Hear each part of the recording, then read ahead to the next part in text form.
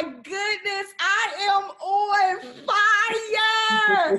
How in the world did I think I could speak first after everything that just happened? I am trying not to cry. I don't even know what, oh my God. Look at this. I had to go get 2 big old napkins because I'm sitting over here like a big baby. Oh my God. First of all, I just gotta say, you all are amazing. I want to thank every single body who participated, who made Ready Woman Weekend work. I could not, this little girl from Columbus, Ohio could not have done it without each of you. I'm serious. I know I should do some of this at the end, and now y'all want to hear about healing love again, but this is a part of the journey. I'm telling you, like, first of all, my co-host Ursula, there is nothing, she's my soror, my co-host, and there is nothing like watching a transformation of women who are already amazing, but they just like diamonds. You just got to dust some things off and point them in the right direction, and then they just become like fire, right? They just twinkling and sparkling, and I am so amazed. Ursula was our Ready Woman of the Year 2018, and I'm just so happy that she said yes to co-host. I couldn't think of anybody else because, honey, when I say Ursula's been knocked down multiple times, multiple years, and every time she get up stronger and stronger. So God appointed her to me and said, put her under your wing, show her the business, show her everything. And I'm telling y'all, Ursula, for y'all in the G-spot, Ursula's taking over the G-spot, baby, okay? The G-spot stands for, because I know y'all nasty, because y'all know I'm nasty, but the G-spot stands for Goddess Spot. Ursula's going to be taking over the Goddess Spot, and I'm just really excited. When I said, can you host? She said, I got you, and she got me. She's doing an amazing job. So thank you, Ursula, so much. And now I want to thank my partners, my sponsors, definitely for this to be a donated, because y'all know everything I do is high ticket value. Ask Ursula, everything I do is expensive, because I believe when you pay a higher price, you know you're investing in you. And when you pay that price, you're not going to mess around. But because of my partners, I was able to do this for just donations. I believe that you should sow something. So whatever was on your heart to sow, that's why you're here. And I'm so grateful for each and every one of my partners. I was sitting back in the cut trying to control, in the control room, making sure everything, like I'm like the sound person, trying to make sure everything goes good.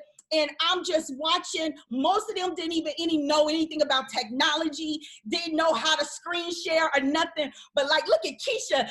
When we had the dress rehearsal, she was rolling her eyes. She was huffing and puffing. But honey came out here swinging like, I got this. Let me screen share. I said, Lord, I almost wanted to cry there. And just Tash, oh my God, Tash is about to help me get me a luxury apartment, because a luxury condo, because I already live in a beautiful luxury apartment, but I was like, I don't want to pay these people no rent no more. I want my own condo. So Tash is about to hook me up. I told her, just when I get off vacation, go ahead and hook me up. Then we got the on-dock service. Oh my God, like, you always worried about the doctors, especially now you don't want to leave your house and all that. Like how powerful is that? Now, Veronica is new to our fold, but I think she's going to belong to us for a long time. She came by way of my cousin Billy, who is the CEO of On Doc. So I'm just really happy he paired us. And Veronica, Veronica, you're inducted. We're going to adopt you, okay? Then we got D with the fabulous clothes, okay? D don't play with them clothes. Let me tell y'all something. I used to message D and get mad at her because because I'm busy, I'm moving, I'm multitasking, and as soon as I get ready to want an outfit or something that's already sold, I was like, D, this has got to stop. I need some VIP treatment. I don't have time for everything to keep selling. As soon as I put in my little bid and look away for a second, it's gone. So I'm telling you, I'm just so happy with each and every last one of you ladies who made this so possible. Thank you so much. And I know the participants are excited. They didn't think they was going to get all of this. Then my baby Shamara from the UK. Let me tell you, when me and my husband first met Shamara, because we always do, when clients want to work with me, I do a video interview with them, a consultation. And when I saw Shamara, I said, if I was to ever have a baby, like she looks like she's like, my girls don't look like me. Shamara looked more like me than my girls. I fell in love with her instantly. And I tell this story about Shamara. I don't know how she found me, but one thing I do know, that girl did her work. But what she was bold enough to say was, listen, I know I came here because I wanted to learn how to date and get a good guy. But with this program, I learned to love me. And that love that Shamara found for herself was so incredible. And look at what this girl is doing today. I just be sitting on Instagram looking at my babies like, oh my God, like I just be in awe of my babies, and I'm so happy that we all finally get a chance. And this is what Ready Woman Weekend is. All my babies and all my partners and my support, everybody get to come together once a year to just, show out, just boast and brag about how bad we are. Yes, this is about being enough. And when we get done, wherever you are in your life, you're going to know that you are a full cup. Ain't nothing empty about you, okay? And so, but Ready Woman Weekend was all my babies get together. And I love you're going to hear me talk about all my speakers and all of them on tomorrow. But today, my baby Shamara, she did that. When I had to go, because Izzy, y'all know Izzy be working hard. Izzy was with a client. I had to pull Izzy out her session with her client to come and see what Shamara had put together. So awesome. And then one of my other babies is going to be speaking with her fiance tomorrow. That's Sharice and Michael, the Kinley way. Oh my God. So I'm just like a kid in a candy store. I told Ursula, you hosting all day today. I'm just a speaker today. I'm sitting back enjoying all this loveliness. So thank you so much, everybody. Thank you. And now, okay, now that I got that out, now we're going to heal and love again. Woo! Woo! Woo!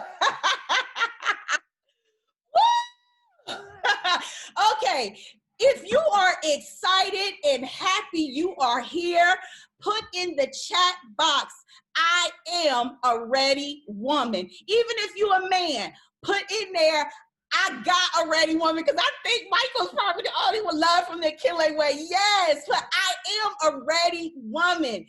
I am. Yeah, he said, I got a ready woman. That's right. Yeah. We get ready to do this. Hold on. Here we go. Y'all ready? Y'all ready to heal and love again? So listen, I don't have no sad story. I got a story, a miracle. If you have not seen a miracle in a long time, you are looking at one. And sometimes when I built this business in 2013, I started building this business with my husband in 2013. The first miracle was that I was able to pull myself together after a horrible, what I thought was a horrible breakup. But it wasn't one horrible breakup, it was 3 in a row. The first one was a divorce from my husband, my first husband. The second one was another guy in the church. You think when you find a church guy that you are safe and this is God's will and you are home free and everything's going to be all right. But this young guy used me for everything I had.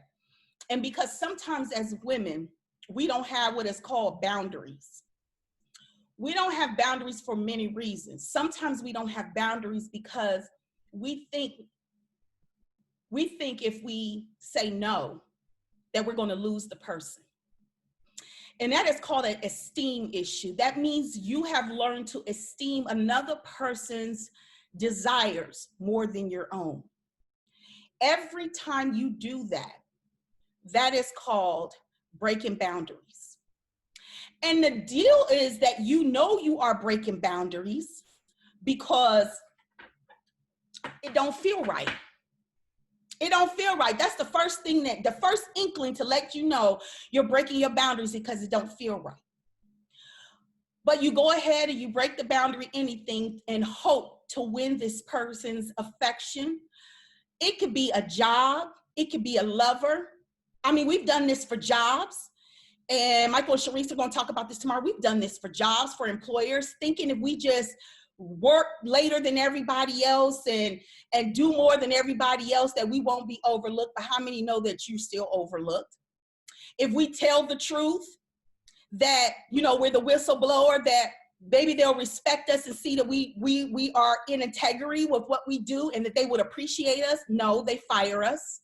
They get mad. I remember I was a whistleblower at my job because I was the one in integrity. I was the one that wanted things done. I didn't want my name to be messed up. When you go through school with a kid, a baby, I've had a child ever since I was 14 years old. So when you fight hard to go through school, to get your degree, to get your master's degree, and then you find you want to be smarter because you don't want to be in statistics, and you don't want everybody to look down on you and think you're lazy and all of that stuff. So you work hard. And when you work hard, you want other people to work hard too. So I'm the whistleblower. I'm like, look, she ain't doing this. She ain't doing this. You know what they did? They rewarded me by taking my money away. So, boundaries. When you esteem someone else more than your gut level feeling, we know that is intuition. You have no boundaries. The Bible says that you are a city with no walls. That means a city with no walls. Or think of it as a house that doesn't have any doors. A house that doesn't have any doors and doesn't have any locks. That means anybody can come in and come out, and there is nothing, absolutely nothing you can do. And by the time that starts happening, your value starts to decrease. So here is the thing about healing and love again. As I said, I just went through, let me tell you the third one before I go back into this. So the third person I thought I was in a relationship with.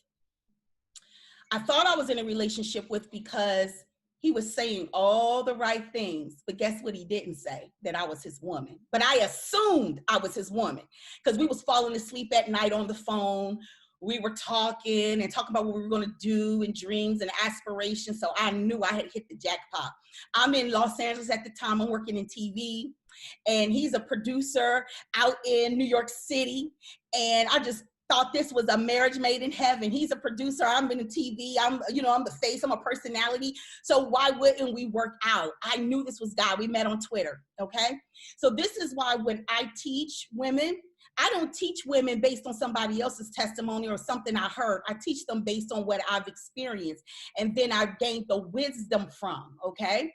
So one weekend we decided he was coming out to visit me in Los Angeles. We had already been on the phone for about 4 or 5 months.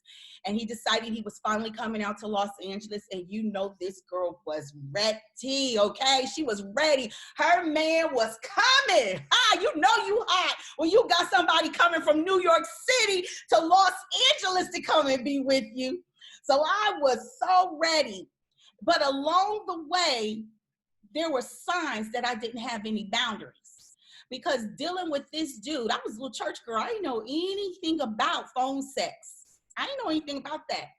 But he was making me have phone sex. Look at me saying he was making me. He was showing me how to do it, and I was participating because I thought I was pleasing him, and I thought I was showing him that I was the right person for him. But inside my soul, I kept feeling like this ain't right. Something ain't right. But would I speak up? No, because I'm a plus size girl, and this brother is fine. He chocolate from New York. He got money, and he work in TV. He know a lot of celebrities. He can put me on. So of course not. And he want me. So I'm going to do whatever he tell me to do, and I'm going to do it right. So that brother came out here I'm in Atlanta, but he came to Los Angeles. And I thought we had the most incredible weekend of my life. He was also a paparazzi photographer. So when we were downtown, he was taking photos of me that I didn't even know he was taking, just like I was a celebrity. And then when we got home at night, he was showing me. So you know this girl was glowing, and I was like, there is a God. God has blessed me finally. It doesn't matter that I'm a plus size girl. You just have to be a good heart and be in compliance with your dude, whatever he wants. You just need to do that and you are good.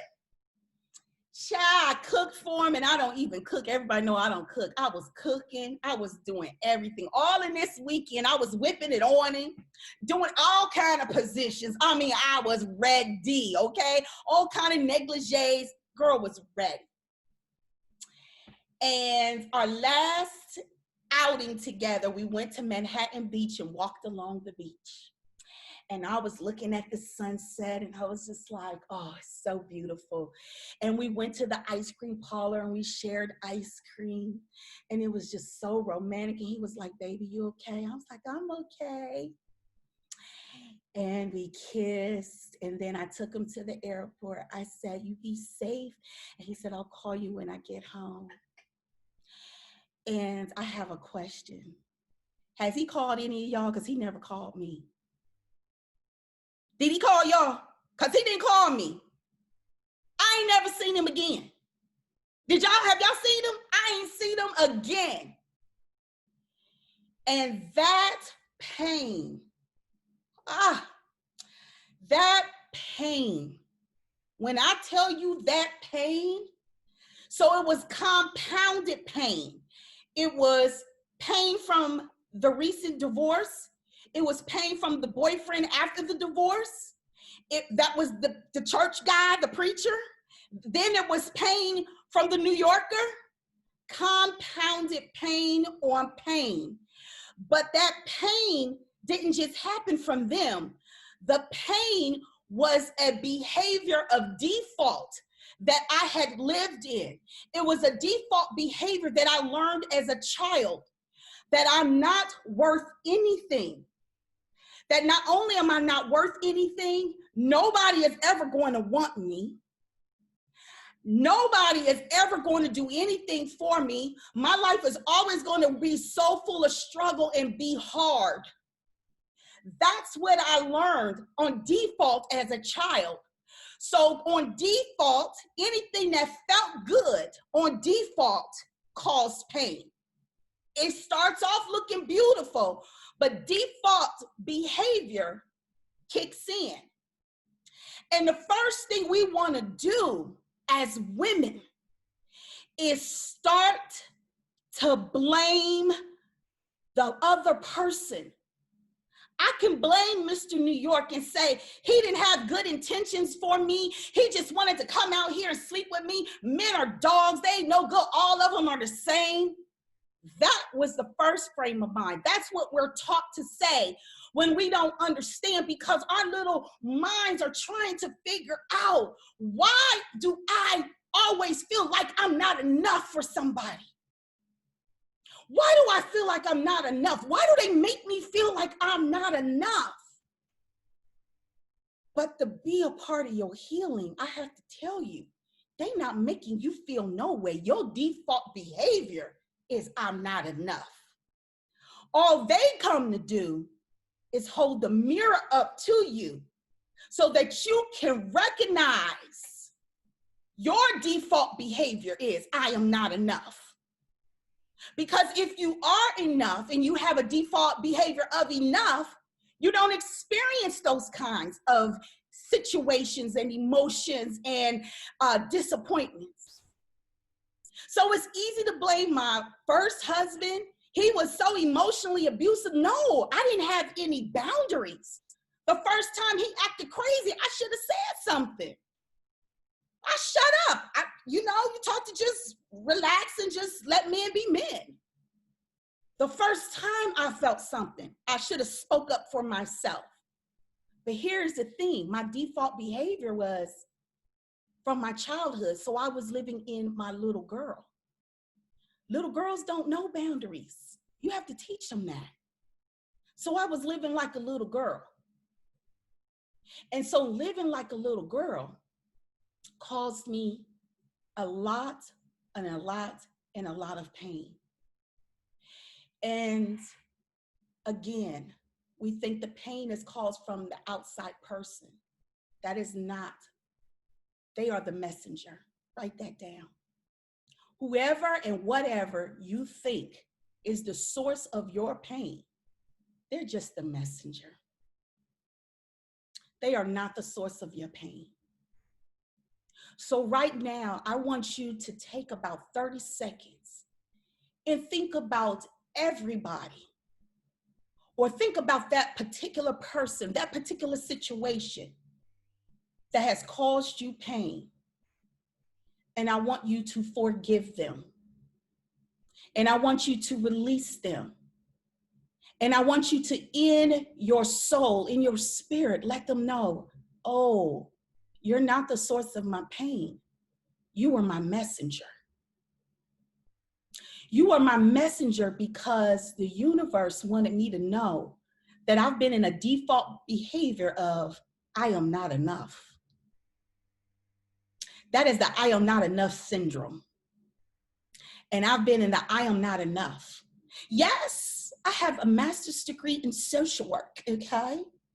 I graduated in 1 year. Advanced placement.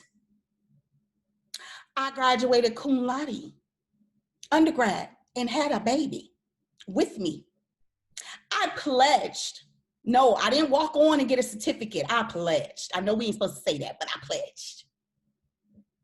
And my baby was right with me. I thought I was getting out of it. I told my dean, I didn't have nobody to babysit. My dean said, bring your, big sister so-and-so. She's got a baby too. They could play in the room. Come on out.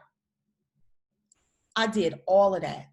Before I even graduated undergraduate school, I had 3 weeks to graduation. I already had me a job. So sister girl, when I was 26 years old, I bought my first house. I had 2 cars in the garage. It was me and Cece. Cece speaking tomorrow. It was me and Cece and our dog in our, we call it the gingerbread house. Our gingerbread house in Cleveland, Ohio with 2 cars. So you would think somebody with money in the bank, 2 cars, a house, a master's degree, regional director of a therapeutic foster care agency, a Black girl, would know better. No. Because I had book sense, but I didn't have spiritual sense. And the old ladies would say, she ain't got no street sense. She ain't got no common sense. But I realized it ain't even street sense, it's spiritual sense. And was born and raised in the church. And a lot of times when people hear me speak, they say, girl, you be preaching, because I was supposed to be a preacher. Everybody in my family preachers, I have to do it my way. I don't want to stay in no pulpit. I don't want to do that. Because I don't even know what I believe in no more. I'm just, one day I'm a Christian, next day I'm a Muslim, the next day I'm Buddhist. I'm everything. I'm spiritual. I got my crystals. I just be doing a little bit of everything.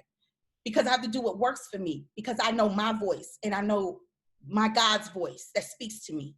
So I don't have to worry about the boundary thing where people are trying to impose what they think is right. It's right for you, but I know what's right for me because I'm a grown woman now.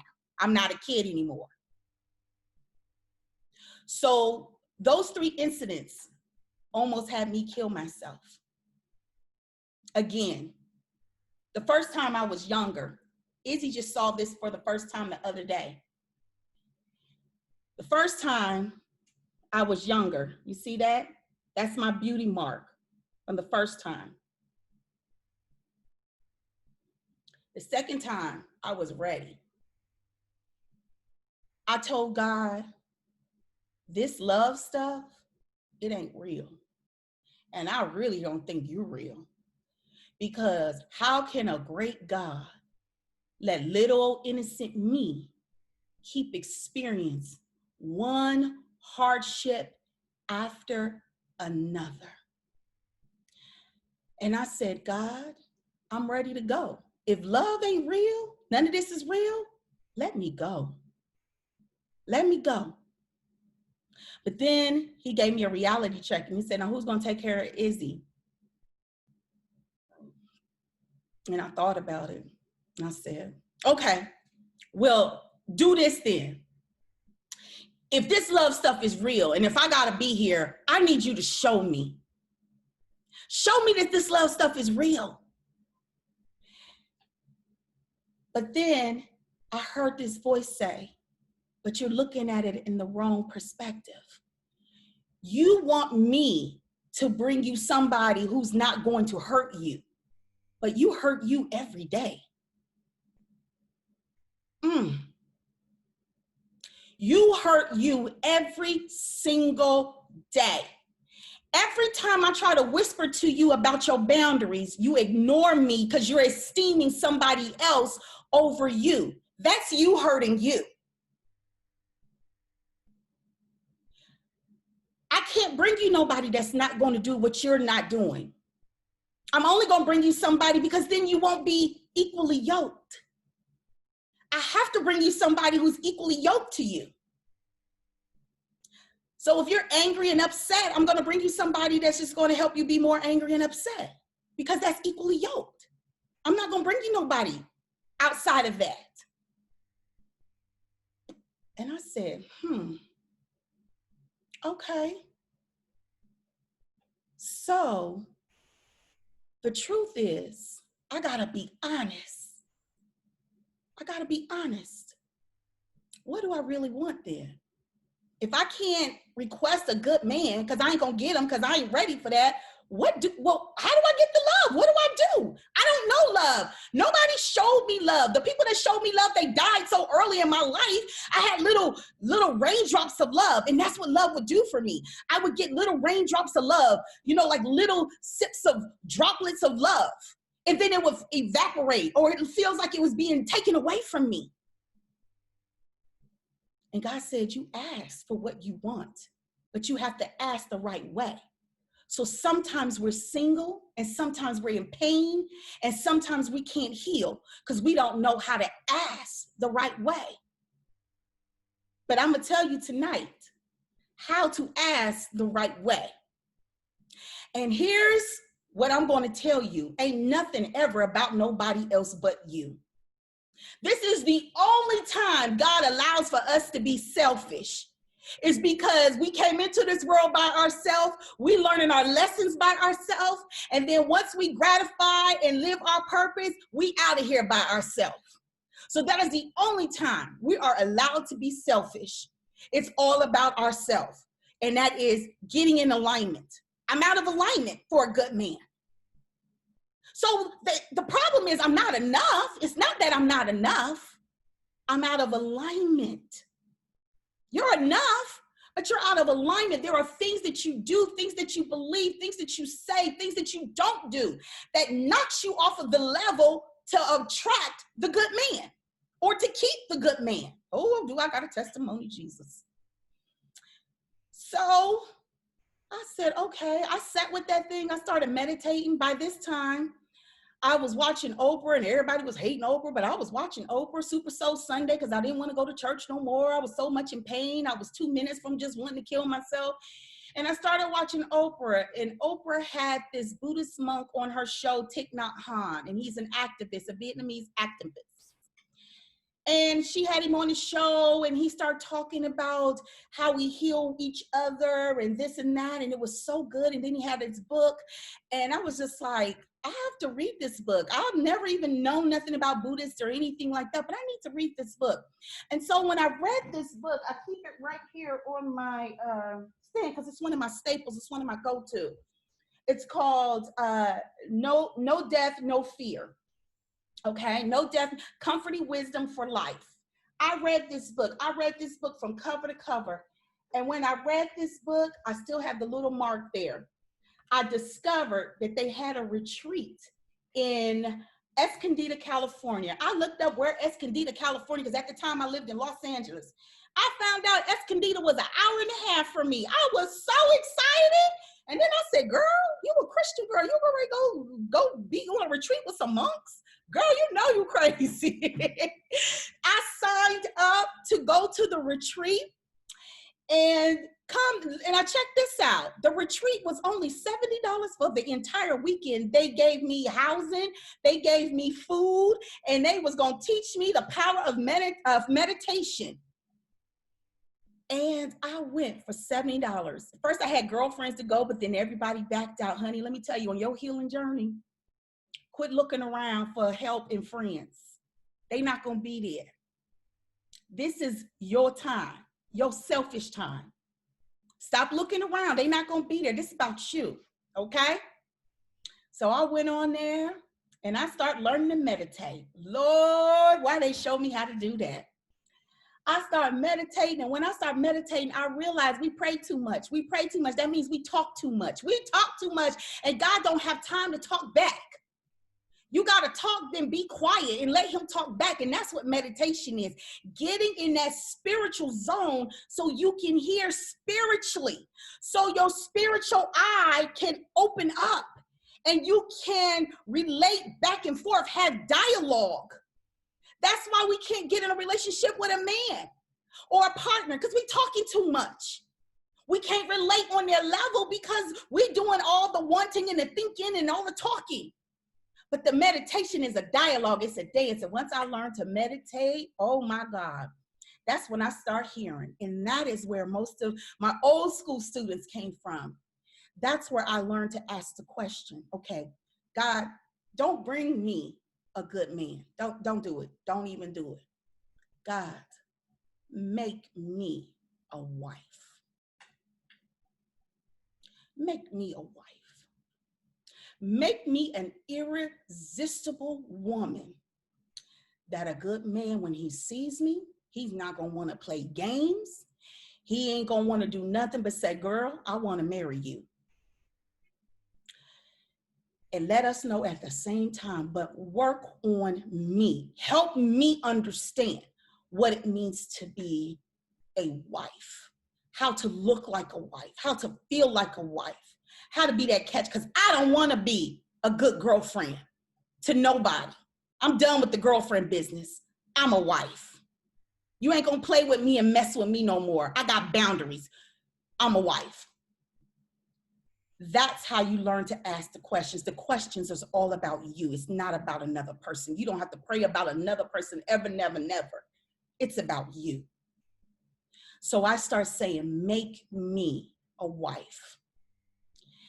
And for 6 months, the men started coming. They was promising me the world, promising me everything. But my bliss, Matthew 6:33. Seek ye first the kingdom. What is the kingdom, honey? That kingdom is that power that works in you. It's not out there. It's not nowhere out there. It's in you. God is interested in you bringing the substance and opening it up and being able to draw to you. That's what the kingdom is. God ain't doing nothing. He already did it, and he rested on the seventh day. He said, y'all go be happy and play. Do what I'm doing, what I already do up here. Y'all do it down there. I've given y'all everything you need, but you got to know how to access it. You got to know how to ask the right questions. You got to know how to bring the kingdom to you. You are the kingdom. And if you ain't operating in the kingdom, I'm sorry, there is no manifestation of good men, good love, good money. There's just, everything is a struggle. Everything is hard when you're not operating. Not operating in the kingdom means you are out of alignment. That's what that means. You are out of alignment. When you are not in alignment, see, it's your alignment. It ain't nobody else's alignment. My alignment ain't Ursula's alignment. It ain't Veronica's alignment. It ain't Tasha's alignment. It ain't Keisha's alignment. It's my alignment. You got to meditate to know what your alignment is. And let me tell you, for those 6 months, it wasn't about who hurt me. It was about me going through boot camp. God's Make Me a Wife boot camp. And as I was working on me, the healing came. Because what happens is the healing doesn't come because you go meditate or go sit somewhere and have time out, decide you don't want to date anybody for 6 months or you don't want to date anybody for 3 months. That's not healing, because you can have time out for relationships, and then the minute you decide to go get in a relationship, create the same problem.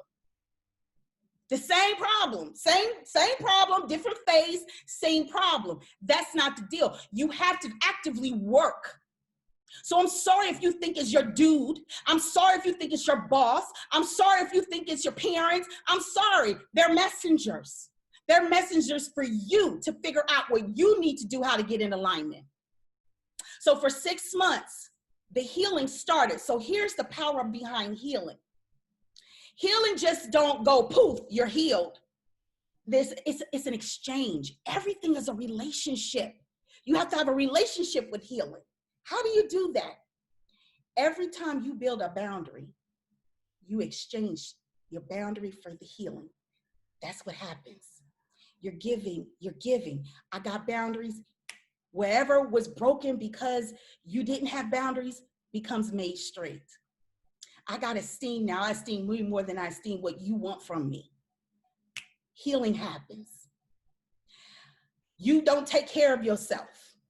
The minute you start taking care of yourself better, healing happens. It's an exchange. You just don't sit anywhere and say, I'm going to be healed, or I'm working on my healing, I'm working on myself. No, it's an exchange.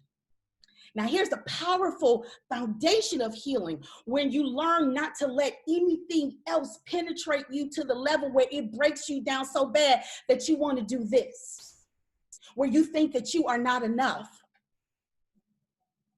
You allow a new default. Instead of having the baby girl default, the I'm pitiful default, the victimization default, they doing this to me default. I've tried that already. It don't work. This don't work. That don't work. I already been there, done that. That's why I'm alone. This, that, and the other. That's a default program. And that ain't God. It ain't God or good. You have to turn the default into deliberacy, deliberate action, deliberate conversation, deliberate movement, deliberate choices, deliberate emotion. See, all those things are on default until you become deliberate. When you become deliberate, that's when the manifestation magic happens. Because now deliberate gets you in alignment, and it gets you in alignment fast. So here's the thing. You've been single for a long time because you feel like you're too fat. Girl, stop. Go eat a piece of cake. That ain't the reason. You just ain't being deliberate. You're working in your default program. You think the world is against you. You think you're invisible. Honey, the world is being a messenger to you. You're treating yourself as invisible. See, the default program is nothing but blocks and hindrances. It's hard. It's hard. It's so hard. You'll stay on the keto diet and you'll just hate yourself every time you cheat. You will struggle with yourself. You will beat yourself up on the Weight Watchers diet. You will hurt yourself. 1 minute you're abusing yourself, and the next minute you're trying to act like you got self-love. And the Bible says an unstable man, a mind with two minds is unstable in all your ways. A double-minded man is unstable in all your ways. That's abuse. And then it turns into mental illness. We're mentally ill. When you are out of alignment, I'm sorry. That's why y'all need to be okay going to therapists, because everybody's crazy. We're all crazy. Every time you're out of alignment, you're crazy. And then when somebody comes to show you you're crazy, you're hurt and disappointed and need healing. It's all about you. The victimology. So we have to exchange default living into deliberate living. And so what happened? As I became and got in alignment, I just started looking different. I started talking different. I started being different. And let me tell you, that first husband I ran away from, we became good friends. I've never really told this story the way I tell private people, but I never really told this story the truth. That the first husband, we were at each other's neck until I did this work. When I did this work, see, it says, seek ye the kingdom of heaven. I named it bliss. It's called bliss work. Bliss stands for, I just changed the word because y'all hear heaven so much and y'all just think one way. So God said, you have to change that so they get a new meaning from stuff. Bliss. Bliss is that feeling when you have an orgasm. So I want to have an orgasmic life. I want every day to feel like an orgasm. I don't just want that, wait for that one experience to be an orgasm. I want an orgasmic life. So bliss. When I die and go to heaven, they say it's bliss. It's, you don't have no problems. You ain't up there trying to heal. You just enjoying yourself or whatever. That's what I want. And that's what he wants us to want. He said it brings him pleasure to see us prosper. It brings him pleasure. So I want to live in pleasure. If I am godlike, if I'm made in his image, I want to feel pleasure. So I named that pleasure bliss. Bliss is heaven. Bliss is bliss. Bliss is pleasure. It's a bliss lifestyle. But I wouldn't be God's daughter if I did not give bliss a new meaning. Bliss stands for, and now this is my boundaries. These are my boundaries now. And these are the boundaries that I teach the Ready Woman. These are the boundaries that you have to live by. This is your code as a woman. You can't live by the boundaries of a man. That ain't attractive. That masculine energy is for working hard and things like that. But honey, you got to use that feminine energy. That feminine energy can pull stuff to you, baby. So let me tell y'all something about this bliss. I'm going to tell you about bliss, and then I'm going to tell you the rest of this story. Bliss stands for beauty, love, intuition, sensuality, and significance. Beauty, love, intuition, sensuality, and significance. As a woman, if there are no boundaries, no tools, no skills, no work on any area of your bliss, you are out of alignment. That means your beauty, you have to, that's why this weekend we got the beauty and style panel. Your beauty has to be on point. Your love, most of us don't even know how to love. We think not having boundaries and giving everything we got is love. That ain't love. There are 10 different levels of love. So when that person said, I did love you, who are you to tell them they didn't? There's 10 different levels of love. Shame on you because you didn't match your love with their love. I told you it ain't about them, it's about you. You have to learn to give and receive love. We had an incident today. And the person was kind of nasty, you know, it was kind of nasty. And in my old, when I'm not in alignment, I would have been cussing, but like, fuck her too. Fuck her. It's my program, fuck her. But I said, no, it's okay. I love her regardless of how she acts. How she acts has nothing to do with me. My life is about me and me staying in alignment. She's out of alignment. That's her issue. She got to work on that down the road. Or whenever, because she's going to keep getting the same thing over and over again. It's either going to make her hard or it's going to break her down and teach her how to be in her bliss. One of the two. That's it. So beauty, love, intuition, you are nothing or no one if you cannot connect to the spiritual world. I don't care if you don't believe in God. Just because you don't believe don't mean it ain't there, honey. Just because you choose not to believe don't mean it ain't there. Get quiet and see on something start talking to you. I'm telling you, you got to have your intuition. And here's the thing, every time you ignore your intuition, you don't have boundaries. Your boundaries are broken. So when your boundaries are broken, remember, it's like a house with no doors. Anything comes in and out. You can't be mad at whoever came in. You didn't have any doors. You can't be mad. Sensuality. A lot of us have not taught to be sensual. You know, I've been a sensual girl all my life. They said I was fast. That girl, Keisha, is fast. What y'all gonna do with her fast tail? I was sensual, and they tried to beat it out of me. The church tried to tell me I had a lust demon.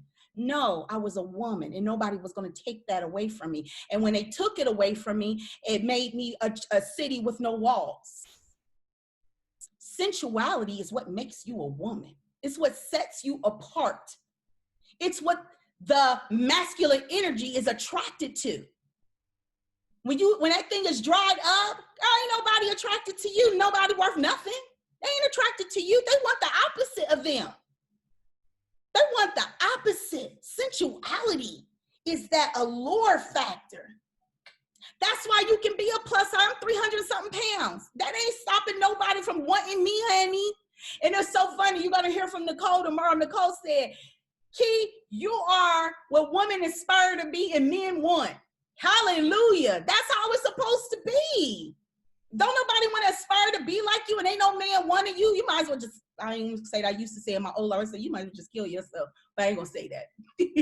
Just go have a seat. You just might as well go have a seat. Go have a seat.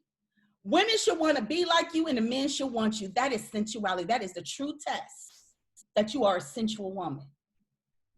When you are a sensual woman, men don't know if you plus size or not. They so hypnotized by your aura of sensuality, your aura of beauty, your aura of your intuition, your strong pull from God, your aura of your love. They're so hypnotized. And then you nail it with significance. When you know, when you are working in your true calling, not your true career, your true calling. When you're working in your true calling, honey, it makes you even more beautiful, even more sensual, even more loving. Because when people not working where they need to be, they crab apples. They crab apples. They're evil. They're mean. They're mean. And my husband, I used to tell him, I said, when you see a mean girl, that's a girl she ain't had none in a long time. She ain't had no pleasure. She ain't had no dick. She ain't had nothing. She just mean. She just dry.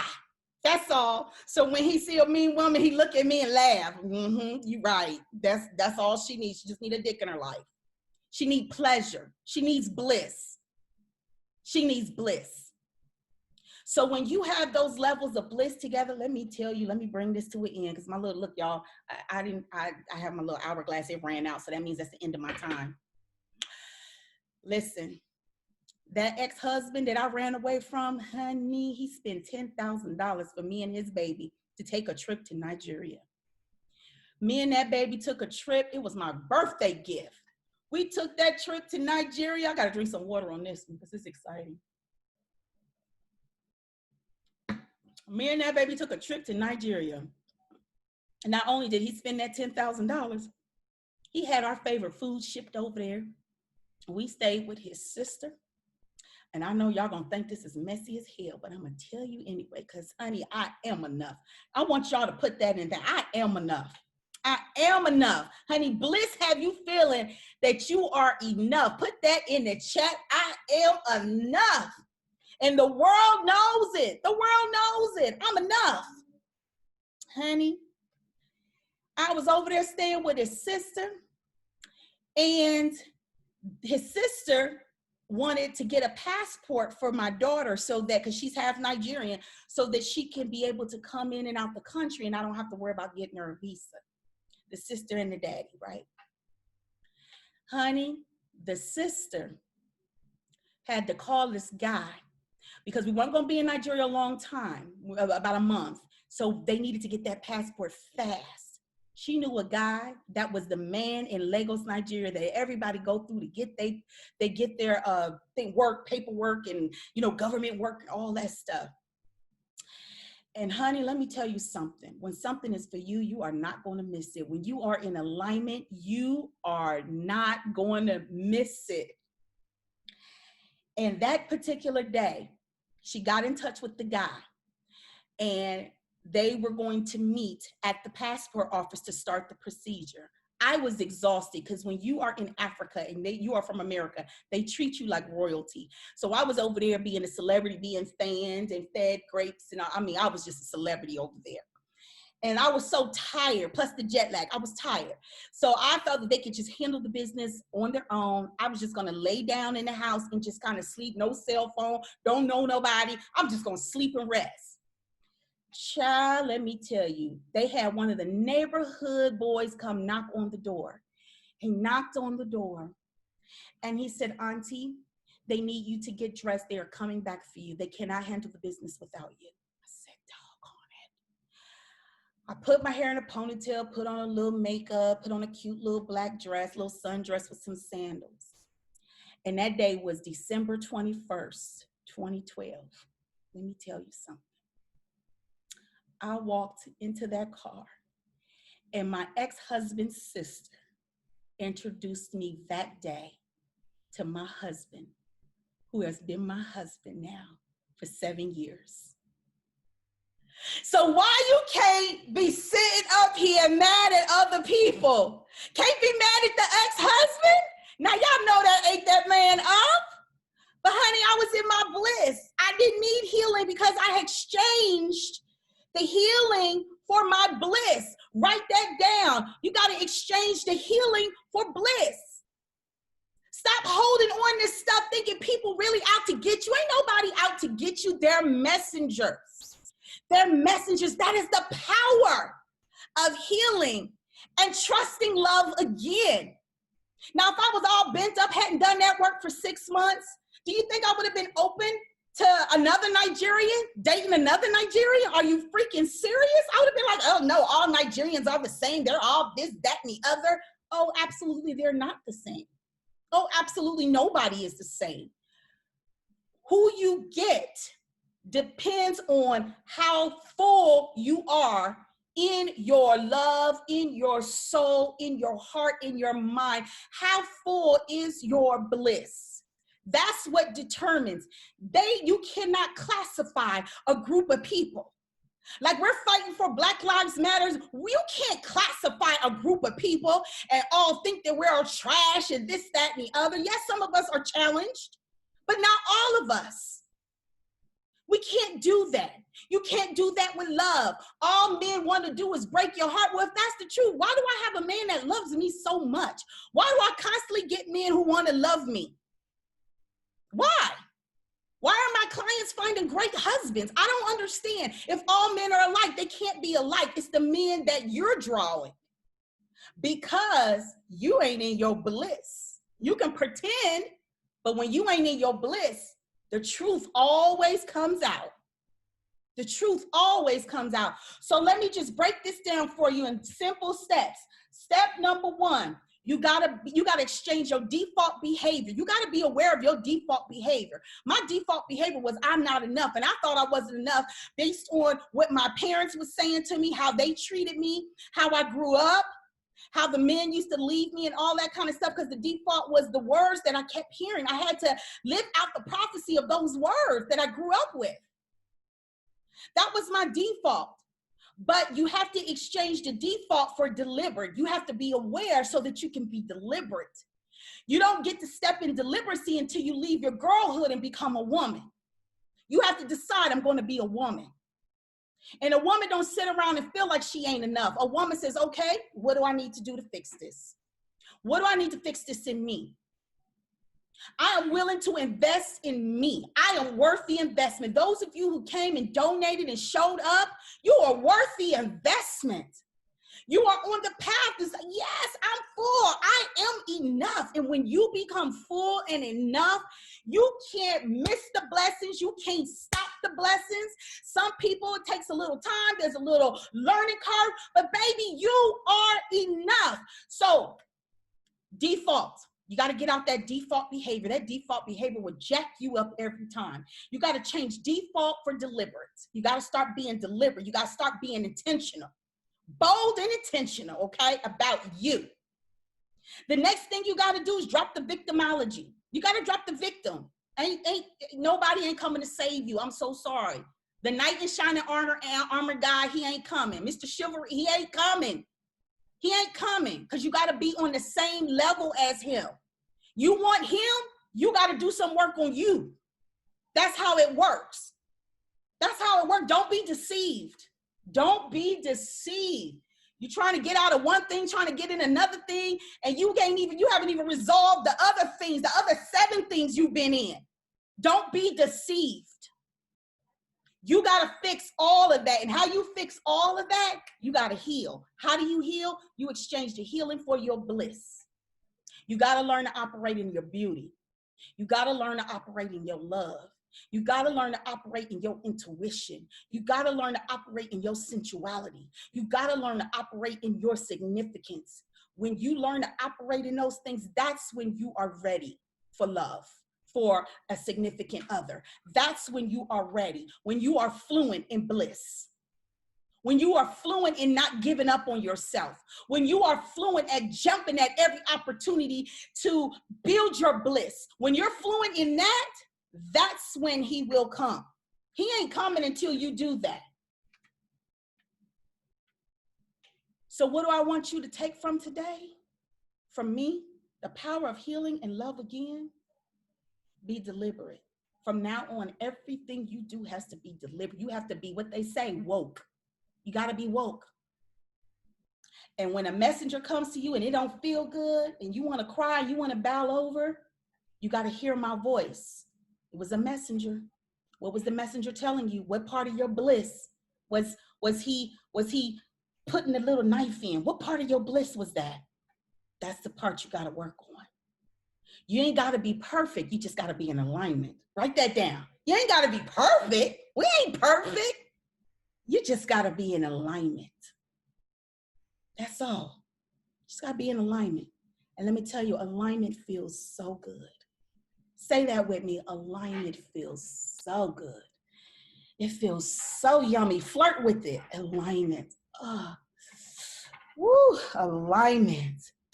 See, some of y'all dry. Y'all looking at me. Y'all better get in alignment. Alignment. Alignment. Yes, I am enough. Alignment. Yes, because honey, if it was a good-looking man, sexy man with all them abs and stuff, you would be like, woo, honey, that ain't alignment. Alignment is in you. When you in alignment, you should feel that same bliss. You should feel that same pleasure. Honey, I turn myself on. Do you understand that? I turn myself on. So the power to heal and love again. Don't you dare give up on love, because that means you are giving up on yourself. If you can't find nobody that's willing to love you, that means you have to love you even more. What does that love mean? It means that you need to give targeted love and care towards your bliss. We used to say TLC, targeted love and care to your bliss.